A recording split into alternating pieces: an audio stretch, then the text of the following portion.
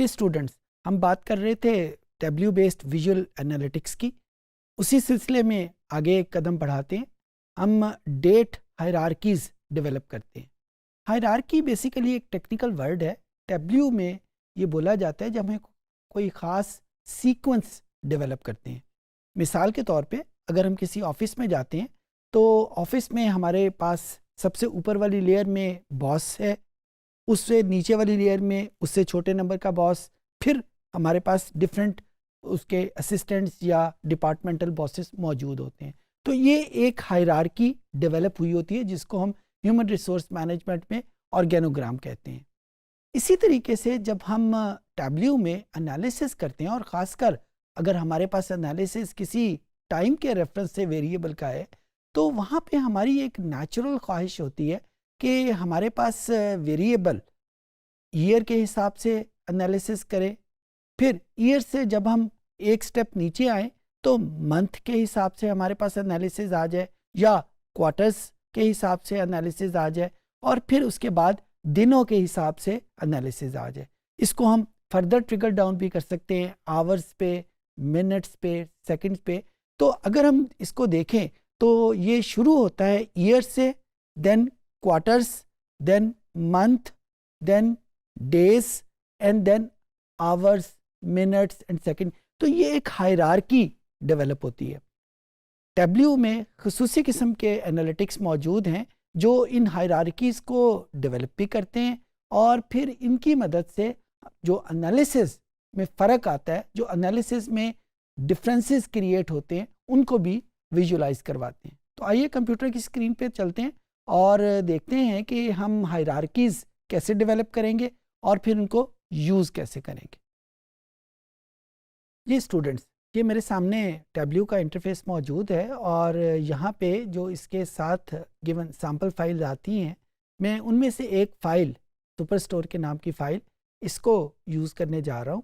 और जब भी हम इसको इंस्टॉल करेंगे, भले हमारे पास ट्रायल वर्जन हो, भले हमारे पास एक्चुअल वर्जन हो, ये दो फाइल्स हमारे साथ हर वक्त मौजूद होंगी। इन्हीं में से एक फ़ाइल सुपरस्टोर के नाम की, इसको मैं यूज़ कर रहा हूँ। तो depending on the speed of your computer ये आपके सामने आ जाएगी। इनमें कुछ वेरिएबल्स हमारे सामने डायमेंशन नेचर के हैं, कुछ वेरिएबल मेजर नेचर के हैं। पिछले सेशंस में हम ये डिफ़ाइन कर चुके हैं कि हम डायमेंशंस किसको कहेंगे, हम वेरिएबल्स में मेजर्स किसको कहेंगे, लिहाजा दोबारा डिफ़ाइन करने की ज़रूरत नहीं है। मैं इस वक्त इंटरेस्टेड हूँ एक टाइम बेस्ड हायरार्की डेवलप करने में। अच्छा, ये मेरे पास इसका डेटा सोर्स मौजूद है जिसमें सारे वेरिएबल लिखे हुए हैं। यहाँ पे मेरे पास दो वेरिएबल ऐसे हैं जिनको मैं टाइम बेस्ड हायरार्की डेवलप करने में इस्तेमाल कर सकता हूँ। एक मेरे पास ऑर्डर डेट के नाम का वेरिएबल है और एक मेरे पास शिप डेट के नाम का वेरिएबल है। इनमें से किसी एक वेरिएबल को भी मैं यूज़ कर सकता हूँ। दोनों वेरिएबल्स में मेरे पास ईयर्स भी मौजूद हैं, दोनों वेरिएबल्स में मेरे पास मंथ भी मौजूद हैं, और दोनों वेरिएबल में मेरे पास डे भी मौजूद है। अब इनमें से किसी वेरिएबल के ऊपर अगर मैं हायरार्की डेवलप करूंगा तो सबसे पहले मैं वेरिएबल ईयर इसमें से कैलकुलेट करूंगा, देन मंथ कैलकुलेट किया जाएगा और फिर उसके बाद डे कैलकुलेट किया जाएगा। तो मैं यहाँ से ऑर्डर डेट को यूज़ करता हूँ। इसकी टूल टिप को मैं क्लिक करता हूँ और यहाँ पे कैलकुलेटेड फील्ड को क्लिक करूँगा। यहाँ पे लेट से मैंने उसका नाम जो है वो ऑर्डर डे रख दिया, और यहाँ पे मेरे पास ऑर्डर डेट पहले से लिखा हुआ आ गया। ये इस वजह से लिखा हुआ आया कि मैंने इस वेरिएबल को, इस टेबल को क्रिएट करते वक्त इस कॉलम को हाईलाइट कर लिया था। अगर मैंने हाईलाइट ना किया होता तो यहाँ पे कुछ भी लिखा हुआ ना होता। और जो ये वैल्यू लिखी हुई है ये स्क्वायर ब्रैकेट में है। दोबारा बता रहा हूँ कि ये ब्रैकेट स्क्वायर ब्रैकेट इस वजह से है कि ये जो भी फंक्शन हम अप्लाई करेंगे वो तमाम वैल्यूज़ के ऊपर अप्लाई होगा, किसी एक वैल्यू के ऊपर अप्लाई नहीं होगा।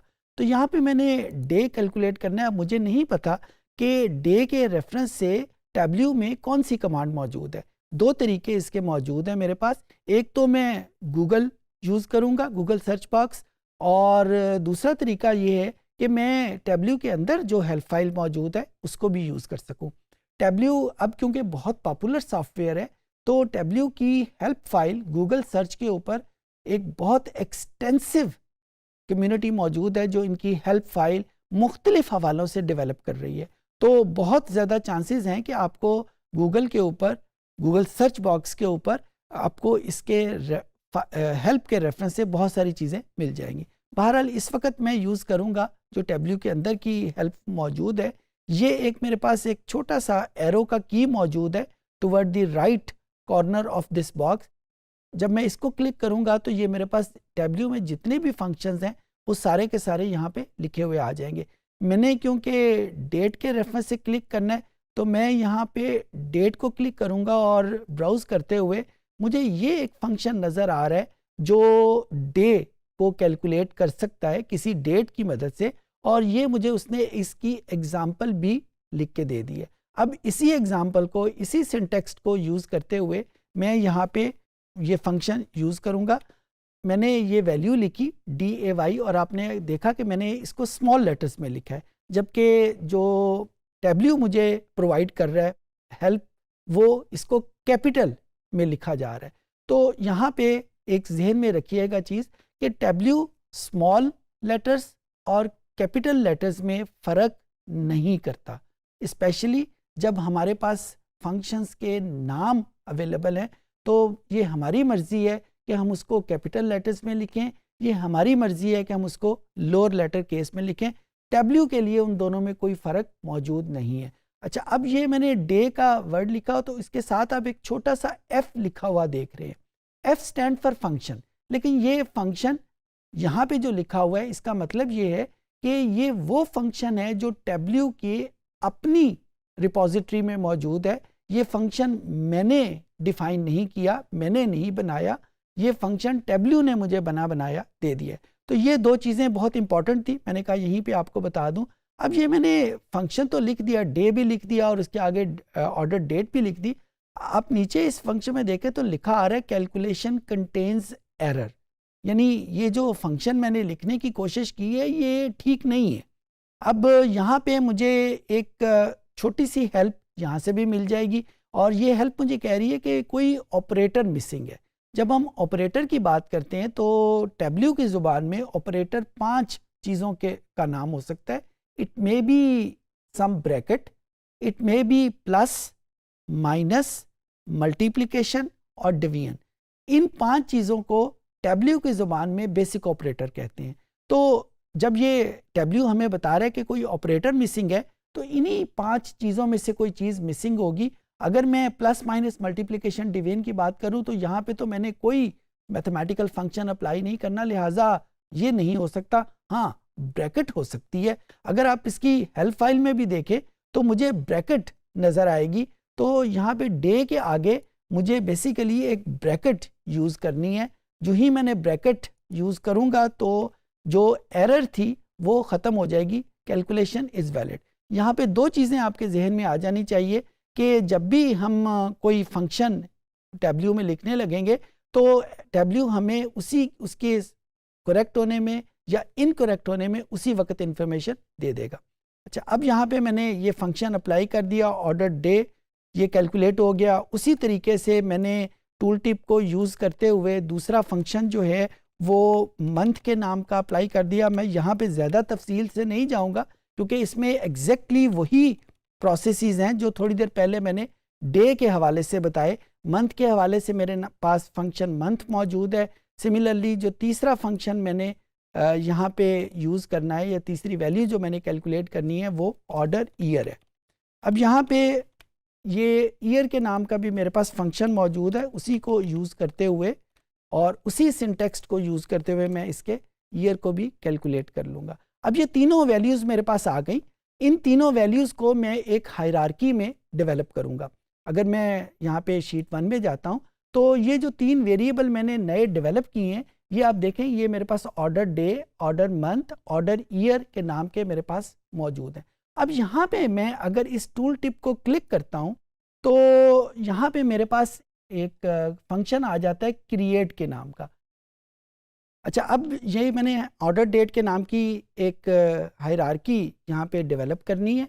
इसको मैंने डेवलप किया और यहाँ पे मैंने देखा ये 3 वेरिएबल हैं जिनको मैं इस हायरार्की में इस्तेमाल करना चाहता हूँ।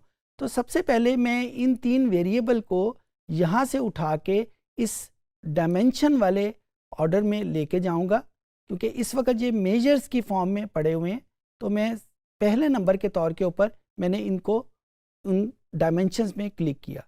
जब ये डायमेंशन में क्लिक हो गए, उसके बाद इस ऑर्डर ईयर को क्लिक किया, और ऑर्डर ईयर को क्लिक करने के बाद आपने देखा यही हायरार्की मेरे पास मौजूद है। और यहाँ पे अब मैं ऐड हायरार्की करूँगा, क्योंकि ऑर्डर के नाम की हायरार्की मैं पहले से डेवलप कर चुका हूँ। इसको क्लिक किया। उसके बाद नंबर 2 के ऊपर ऑर्डर मंथ के नाम की मेरे पास हायरार्की मौजूद है, और यहाँ पे इसको भी मैंने उसमें शिफ्ट कर लिया। और ऑर्डर डे, इसको भी मैंने यहाँ पे इसमें शिफ्ट कर लिया। अब इसका मुझे फ़ायदा क्या होगा? अब अगर यहाँ पे मैं कोई भी वेरिएबल, लेट्स से सेल, यहाँ पे रोज़ में क्लिक करता हूँ, और ये जो वेरिएबल मैंने ऑर्डर के नाम का जिसमें हायरार्की डेवलप की थी, इसको यूज़ करता हूँ, तो आप ये देखें कि मेरे पास हर डेट की अलहदा-अलहदा एंट्री मौजूद है। अब इस ऑर्डर डेट को देखें तो यहाँ पे मेरे पास ये ऑर्डर डेट के साथ एक छोटा सा प्लस का निशान मौजूद है। इस प्लस का निशान, इसको क्लिक करें तो क्लिक करने के बाद मेरे पास ये कंप्लीट हर साल की अलहदा-अलहदा वैल्यूज़ उसमें आ जाएगी। जब मैं इसको फर्दर क्लिक करूँगा तो ईयर के बाद हमारे पास बारी आती है मंथ की, और मंथ को क्लिक करने के बाद हमारे पास बारी आती है डे की। तो जो ही मैं इसको प्लस के निशान को क्लिक करता हूँ, तो आप देख रहे हैं कि जो लेवल ऑफ एनालिसिस है वो भी चेंज होता जा रहा है। जब ये स्टार्ट हुआ था प्रोसेस, तो उस वक़्त ये प्रोसेस सिर्फ़ और सिर्फ 2 वैल्यूज़ यानी ऑर्डर डेट और सेल के ऊपर था, जिसकी वैल्यू यहाँ पे हमारे पास हर डेट के ऊपर हमारे पास वैल्यू मौजूद थी। और जो मैं इसको एक्सपेंड करता जाता हूँ, ये मेरे पास लेवल ऑफ एनालिसिस वो बढ़ता जाता है। अच्छा, इसका यहाँ से 2 लेसन आपने सीखने हैं। एक लेसन ये सीखना है कि जो हायरार्की है उसका इंडिकेटर एक ये प्लस का निशान है, और दूसरे नंबर के ऊपर हायरार्की डेवलप करते वक्त हमें लाजमी है कि किस सीक्वेंस में हायरार्की डेवलप करनी है। यहाँ पे मैंने ईयर पहले रखा, मंथ बाद में रखा, और उसके बाद मैंने डे रखा। तो हायरार्की की डेवलपमेंट भी सबसे पहले ईयर आएगा। जो ही मैं इसको क्लिक करता हूँ ऑर्डर डेट को, तो अब देखें सबसे पहला वेरिएबल मेरे पास ईयर के नाम का आता है। जब मैं इसको क्लिक करता हूँ तो दूसरा वेरिएबल मेरे पास मंथ के नाम का आता है। अगर मेरी रिक्वायरमेंट कुछ डिफरेंट है, यानी मैं ईयर की बजाय डे से स्टार्ट करना चाहता हूँ, तो जब मैं इस हायरार्की को डेवलप करूँगा तो मेरी तरतीब भी उसी तरीके से चेंज हो जाएगी। दूसरा यहाँ पे देखें, ये जो सम का वेरिएबल है, या यहाँ पे एक और वेरिएबल मेरे पास मौजूद है प्रोडक्ट के नाम का। इस प्रोडक्ट को जब मैं क्लिक करता हूँ, मैं बाकी सारी वेरिएबल को माइनस कर लेता हूँ, और यहाँ पे इसको मैंने यहाँ से निकाल दिया। अब इस कैटेगरी को देखें तो इस कैटेगरी में भी मेरे पास एक प्लस का निशान मौजूद है। तो इसका मतलब है ये वेरिएबल भी एक हायरार्किकल वेरिएबल है। इसमें क्या चीज़ें मौजूद हैं? इसमें इस वक्त जो आपको नज़र आ रहा है वो फर्नीचर, ऑफिस और टेक्निकल स्टफ है। जब मैं इसको क्लिक करता हूँ तो मेरे पास उसकी सब कैटेगरी एक और ओपन हो जाती है, और इस सब कैटेगरी के अंदर मेरे पास एक और वेरिएबल मौजूद है जिसके नाम का मैन्युफैक्चरर है, और उसके अंदर मेरे पास एक और वेरिएबल मौजूद है जिसको मैं प्रोडक्ट नेम कहता हूँ। अब यहाँ पे प्लस का निशान ख़त्म हो गया, इसका मतलब है इसके आगे फर्दर कोई हायरार्की मौजूद नहीं है। तो इस तरीके से हम एक हायरार्की डेवलप करके अपने एनालिसिस को मुख्तलिफ सिनेरियोज़ में, मुख्तलिफ डिटेल्स में लेके जा सकते हैं। अगर सिर्फ हमें एक समरी रिपोर्ट करनी हो तो उसके लिए हमें किसी हायरार्की की ज़रूरत नहीं है, लेकिन हम समरी को जब एक्सपेंड करना चाहें तो हम इसको हायरार्की डेवलप करके एक्सपेंड कर सकते हैं। इस सेशन में हमने देखा कि हम टाइम के रेफरेंस से हायरार्कीज़ कैसे डेवलप करते हैं। न सिर्फ टाइम के रेफरेंस से, बल्कि अगर हम कोई और रेफरेंस भी क्रिएट करना चाहें तो वो भी हम इन हायरार्कीज़ में डेवलप कर सकते हैं, और मुख्तलिफ लेवल्स के ऊपर हमारे पास ये एनालिटिक्स आ जाते हैं। उम्मीद है चीज़ें आपको समझ आ गई होंगी।